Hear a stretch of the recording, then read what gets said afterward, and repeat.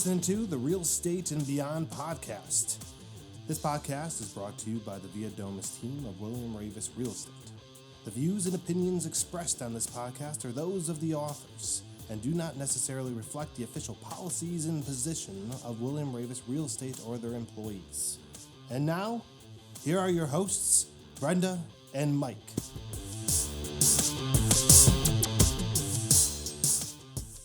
Well, where we left off with the last podcast, we were going to talk about our pet peeves. Oh, this is going to be fun. I don't know. We'll see. Well, I don't have pet peeves. You don't? No. So what are we going to talk about? I have a whole zoo of peeves. Oh, so it's... It's not just a couple pets. I have a whole zoo. So what kind of zoo is this?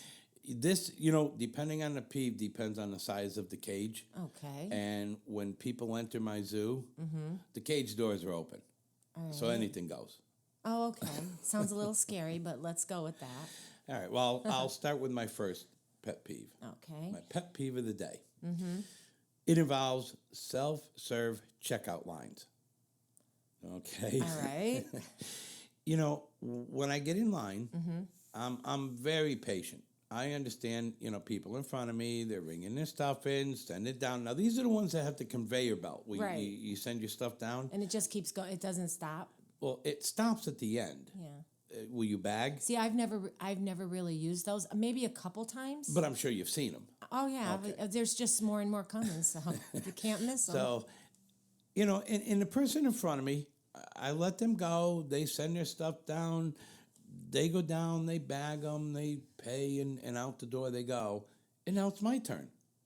So, and I'm not slow. I know how to use these things. I know how to look up item numbers. So I send my 5 or 10 things down, and I pay, and got my cards already in the machine. I'm all set. And I pay, and I get done, and I'm pushing my carriage down. And I'm not even halfway to my items. I haven't even picked up my first item. And I hear the person behind me put their card in, and you hear, your such and such card has been accepted. Now, I know what's coming next. I know. See, I wouldn't know what's coming next. I do. I know what's coming next. I don't even get to pick up my first item, and I can hear them ringing in their first item and sending it down the belt. Now, I'm putting my stuff in a bag. You couldn't give me 30 seconds, right, a minute to put my stuff in the bag. So do you just look at the person and say, excuse me, can you just give me a second? Well, how do you handle that? I used to turn and look at the people. Because, every time it's a different situation, different people. No, it's the same kind of people. They're I impatient understand people. but that's it's the different. problem in this So world. they're in Impatient people. I used to look at them and say, seriously? Or really? Yeah. You couldn't have waited? and that just opens the door for confrontation. Yeah, which you don't want. So I have a new and a great way to do it. And people, if this ever happens to you, this is what you do. And I guarantee you the next time these people get in line and they go to do it, they're going to stop. They're going to say, oh, wait a minute. I know what happened last time I sent my stuff down. I'm going to wait. As their first item comes down, take their item when it gets, you can say, I don't want to mix it in mine. Now, people told me, just take their item and put it in your bag. Oh, I would think that would be kind of borderline theft. No, that is stealing. So, because you're doing it. Okay, and I don't want to get that where they chase me out to my car to get there. I can understand probably if there's somebody behind you with a lot of kids and they're trying to hurry, they're not thinking because they're... No. These are, one person standing behind me. Now, they watched me wait for the person in front of me to bag, so you'd think they would have learned.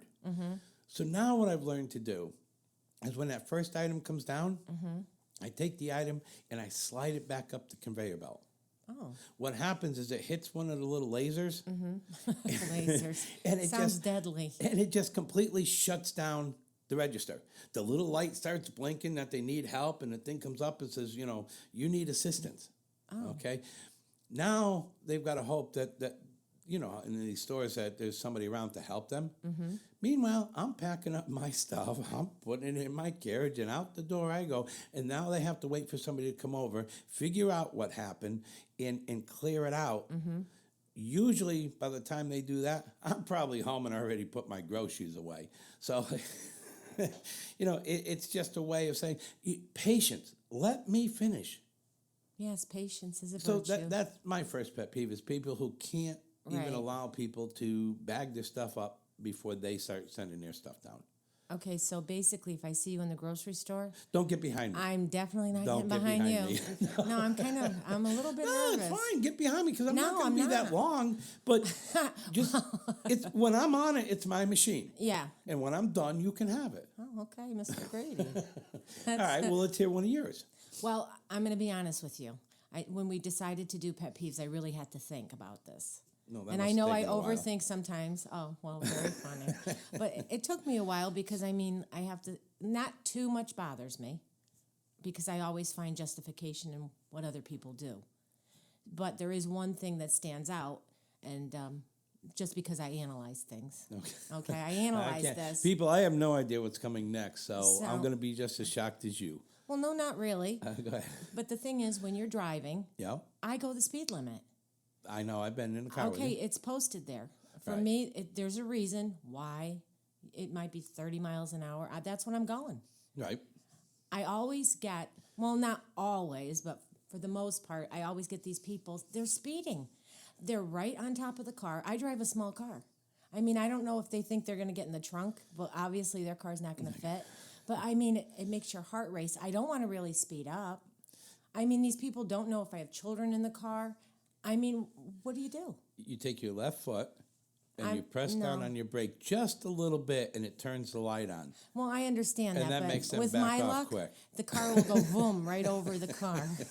I don't need that. So for the most part, that bothers me. But then again, that it ties into exactly my first one. It's Right, impatient people. Are people. impatient. Where were you going that 30 seconds isn't going to... And now, you've been in the car with me where we've had the same thing, Yes. and the people pass us. Yeah, they do. Okay?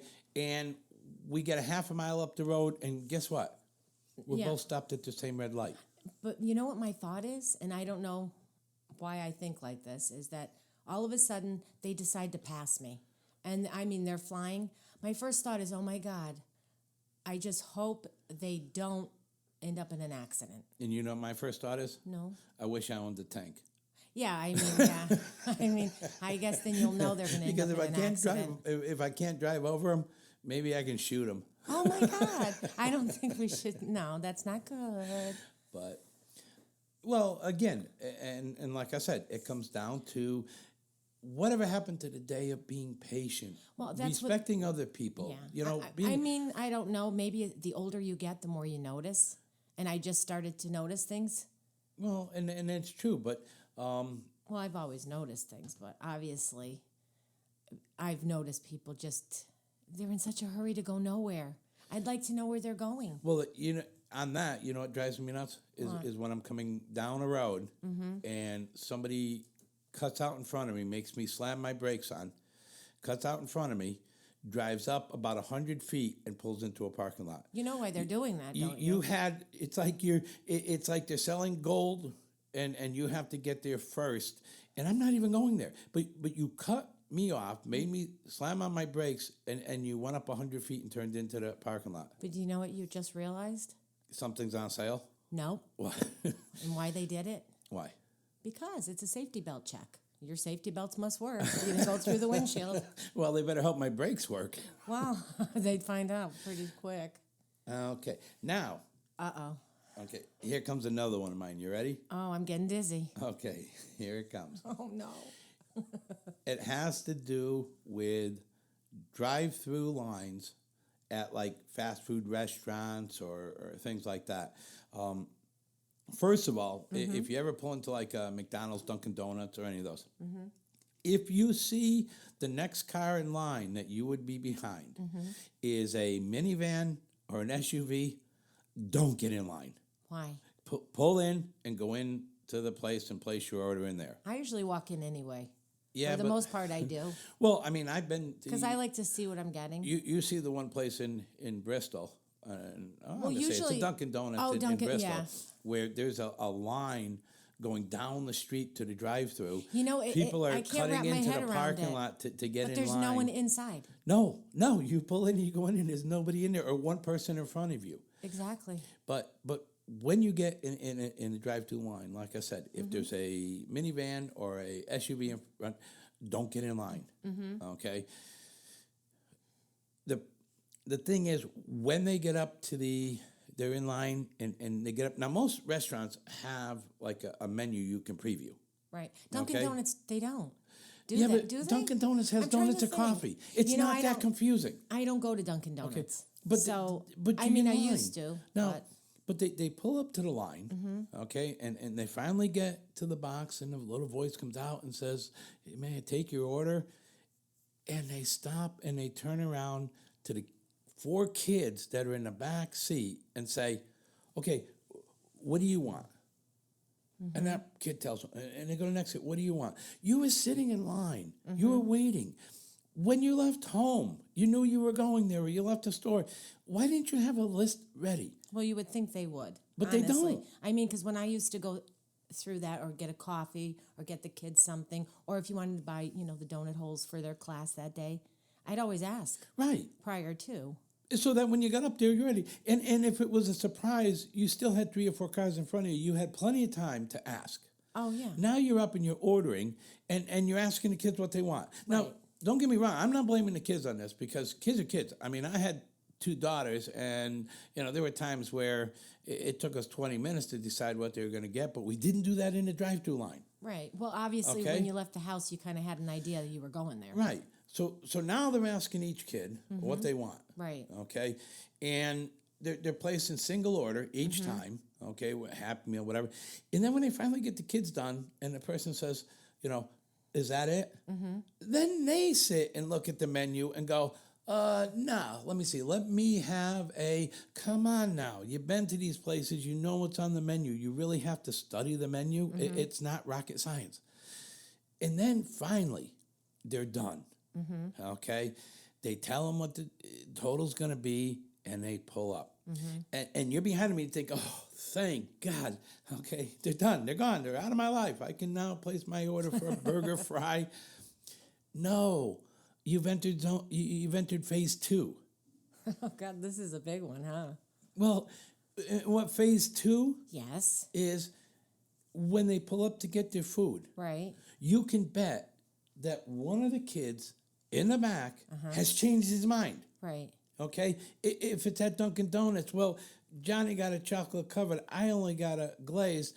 I don't want a glazed anymore. I want a chocolate covered. And the parent is. Well, I is usually now, would probably say to them, well, next time you will, but this time this. Oh, no, is not what in you're this gonna day and have. age.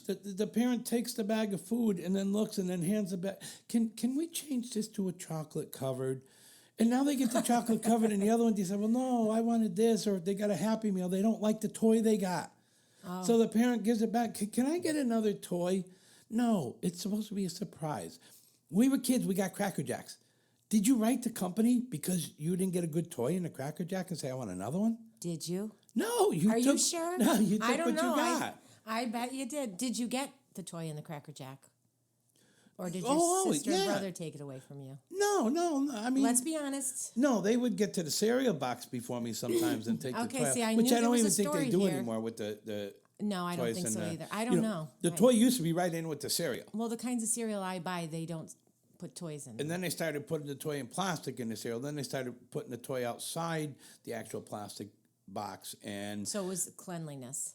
yeah, but it took the fun out of digging through the cereal to find what toy you were going to get. It was on the outside. As you wipe your nose because you have a cold, you stick your hand in the box, and then your Yeah, siblings but are we all didn't sick. care. I mean, every kid did it, That's something else. But no, so that's my thing. Again, they're not considering the person behind them. And people, when you get up to drive through, be ready. I'm going to cut you off a little bit, and I'm using the word cut you off, is that, okay, yes, I was at a drive-through.